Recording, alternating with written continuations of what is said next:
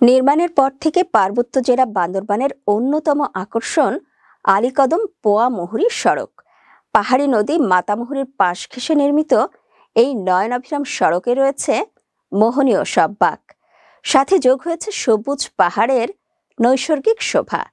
পাহাড়ি এই চ্যালেঞ্জিং পথে আল্ট্রা ম্যারাথন আয়োজন করে দৌড়বিদদের দৌড়ানোর সুযোগ করে দিয়েছে পর্বতারোহণ ক্লাব ভার্টিক্যাল ড্রিমার্স। 5 ডিসেম্বর ভোরে শুরু হয় এই প্রতিযোগিতা। ভার্টিক্যাল ড্রিমার্স আল্ট্রা এডিশন 3 শীর্ষক এই আয়োজনে 52 কিলোমিটার ও 25 কিলোমিটার এই দুই ক্যাটাগরিতে অংশ নিয়েছে প্রায় 450 জন প্রতিযোগী। প্রতিযোগীরা আলীকদম বালিকা উচ্চ বিদ্যালয় থেকে যাত্রা শুরু করে কুরুকপাতা অবধি দৌড়ে ফের শুরুর স্থানে পৌঁছায়। বন্যপ্রাণীর জন্য পৃথিবীর জন্য এই প্রতিপাদ্যকে ধারণ করে অনুষ্ঠিত হয় এবারের আয়োজন। দেশের বনাঞ্চলের বিলুপ্তপ্রায় প্রাণীগুলো সংরক্ষণের ব্যাপারে সচেতনতা তৈরি ছিল এই ইভেন্টের অন্যতম উদ্দেশ্য।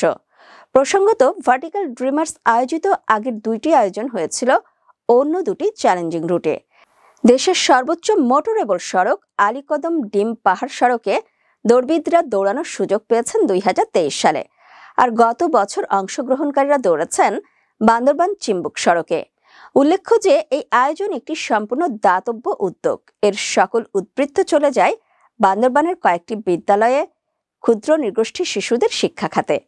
আল্ট্রা ম্যারাথন তথা 52 কিলোমিটারে মোহাম্মদ সাজ্জাদ হোসাইন পুরুষদের ক্যাটাগরিতে, সিফাত ফাহমিদা ইতি নারীদের ক্যাটাগরিতে এবং মোহাম্মদ আমিনুর রহমান জ্যেষ্ঠ ক্যাটাগরিতে চ্যাম্পিয়ন হয়েছেন। 25 কিলোমিটারে পুরুষদের ক্যাটাগরিতে আবদুল্লাহ আল নোমান, নারীদের ক্যাটাগরিতে সৈয়দা ফাতেমি ওয়ার্দা এবং জ্যেষ্ঠ ক্যাটাগরিতে মোহাম্মদ আব্দুর রব শ্রেষ্ঠত্বের মুকুট পরেছেন।